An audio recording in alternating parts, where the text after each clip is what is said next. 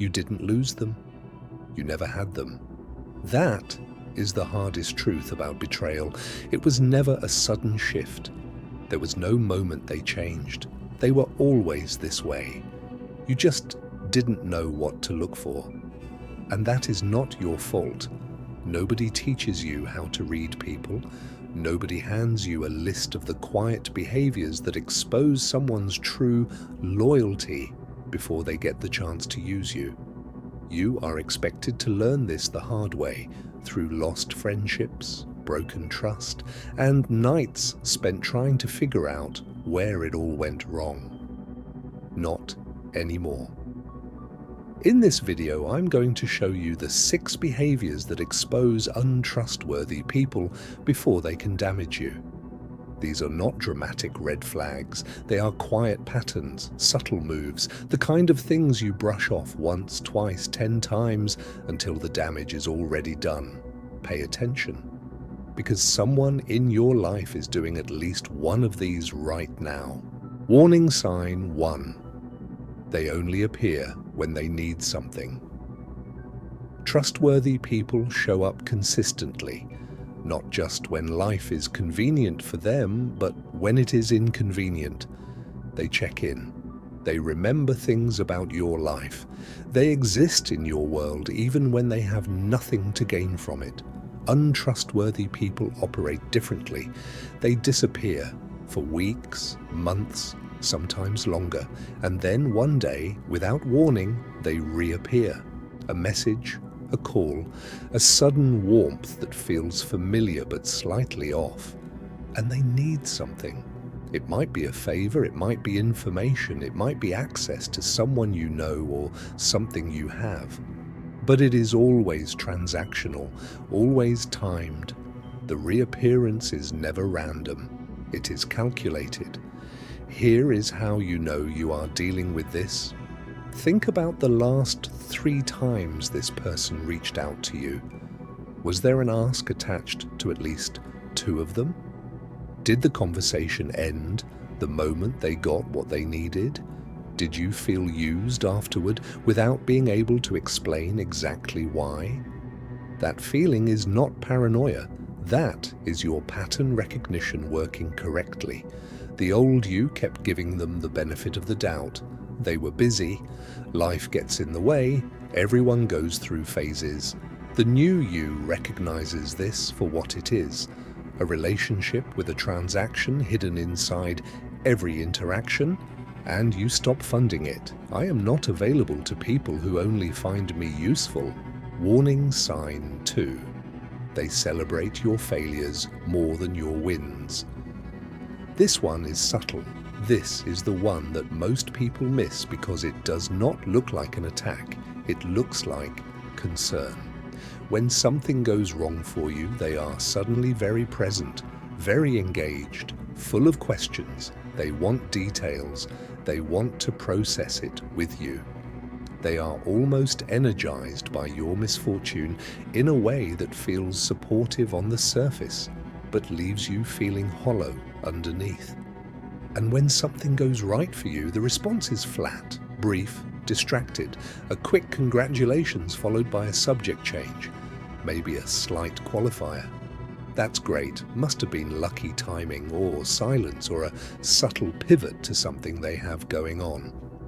Machiavelli understood this dynamic. He wrote that men will sooner forgive the death of their father than the loss of their inheritance. What he was pointing at is the deeply human tendency toward envy and the lengths people will go to hide it, even from themselves. The person who lights up at your struggles and dims at your success is not your ally. They are your competitor wearing the mask of your friend. Watch their energy, not their words. Words are easy to manage. Energy is not. The next time something good happens in your life, pay attention to who seems slightly less happy than the situation calls for. That tells you everything. The right people in my life will not shrink in the presence of my success. Warning sign 3.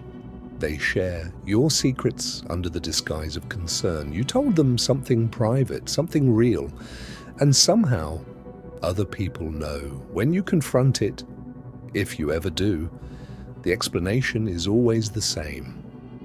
I was worried about you. I only told one person. I thought they could help. It sounds reasonable. It sounds caring. And that is exactly what makes it so dangerous. This is one of the most sophisticated forms of betrayal because it weaponizes the language of loyalty. They frame the violation as an act of love. They position themselves as someone who cares so deeply about you that they had to share your vulnerability with others. And if you push back, you are the ungrateful one. Do not be confused by the packaging. The behavior is clear. What you shared in confidence left the room. That is a choice they made. No level of concern justifies breaking trust, and anyone who genuinely cared about you would know that. Real confidants sit with your secrets and let them die there. They do not redistribute your pain. They do not use your vulnerabilities as conversation currency. What you tell them stays with them, because their loyalty to you is stronger than their need to be interesting to someone else. The next time you feel the urge to share something sensitive with this person, stop. Ask yourself whether what you are about to say would still feel safe if 10 people heard it. Because with them, it might. I reserve my depth for people who have proven they can hold it. Warning sign 4. They make you feel guilty for having boundaries. Boundaries are not walls. They are not cold. They are not selfish. They are the basic terms under which you allow people access to your time, your energy, and your peace. Trustworthy people respect this. They may not always understand your limits, but they accept them. They do not press. They do not reframe your no as a personal rejection. They do not make you defend your own well-being. Untrustworthy people cannot tolerate your boundaries because your boundaries are inconvenient for them. When you say no, they do not hear, "This is my limit." They hear, "You are losing access to me." And that threatens the arrangement they have built. So they apply pressure, sometimes loudly, through guilt trips, emotional outbursts, accusations of disloyalty, sometimes quietly, through a cold withdrawal designed to make you feel like you have done something wrong. Either way, the goal is the same: to make maintaining your boundary feel more painful than abandoning it. This is manipulation, clean and simple. The people who react to your boundaries with punishment are telling you exactly who they are. They are showing you that their comfort matters more to them than your well-being. That is not someone who is in your corner. That is someone who resents any version of you that they cannot control. Hold the boundary. Every time you do, you are making a statement about what you will and will not accept. The right people will meet you there. The wrong ones will leave, and that departure is the boundary working exactly as intended. My boundaries are not up for negotiation. Warning sign 5. They consistently minimize what you have built. You share something you are proud of, a goal you hit, a project you finished, a step forward that cost you something to take. And instead of meeting that with genuine acknowledgement, they reduce it. "Oh, that's cool. My friend did something similar last year. Yeah, but the market is easy right now. Anyone could do that. I mean, it's good, but what's the next step?" Each one of these sounds almost reasonable in isolation. In context, they form a pattern, a consistent pattern of keeping you just below the level of feeling fully seen or validated. And the people who do this are not always aware they are doing it, but it does not matter. The effect is the same. When someone cannot genuinely celebrate what you have built, it is because your progress holds up a mirror to their stagnation. Your wins make them uncomfortable, and rather than sit with that discomfort and use it as fuel, they redirect it outward, at you. You do not need their validation, but you do need to recognize that a person who cannot acknowledge your growth is someone who benefits from you staying small. Remove that person from your inner circle, not with anger, with clarity.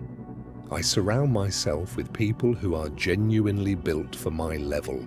Warning sign 6. Their loyalty shifts with the power in the room. This is the most dangerous one, and it is the one that takes the longest to see clearly. Watch what happens when the dynamic in a room changes, when someone more powerful, more connected, or more useful enters the picture. Watch how quickly this person pivots, how their attention redirects, how the warmth they had for you suddenly has somewhere else to be. And when that powerful person falls, when the tide shifts, watch how quickly they distance themselves. No loyalty to the fallen, no acknowledgement of what was built. Just a quiet repositioning toward whoever holds the most advantage now. Machiavelli called these people the ones who follow fortune. They are loyal to power, not to people. They will stand beside you as long as standing beside you benefits them. The moment a better option appears, the calculation changes. You cannot build anything real with a person like this. Not a friendship, not a partnership, not a team. Because the foundation is not loyalty, it is utility. And the moment your utility diminishes, so does their presence. The people worth keeping in your life are the ones who stayed when staying cost them something. Who chose you when choosing someone else would have been easier. That is the only test that matters. Everything else is performance. I only invest in people whose loyalty does not have a price. Here is what you now know. 1. If they only appear when they need something, they are not in your life, they are in your resources. 2. If they celebrate your failures more than your wins, they are your competitor, not your ally. 3. If they share your secrets under the cover of concern and they are not protecting you, they are spending you. 4. If they punish you for having boundaries and they do not respect you, they are managing you. 5. If they minimize everything you build, they need you small because your growth exposes their stillness. 6. If their loyalty moves with the power in the room, they were never loyal to you.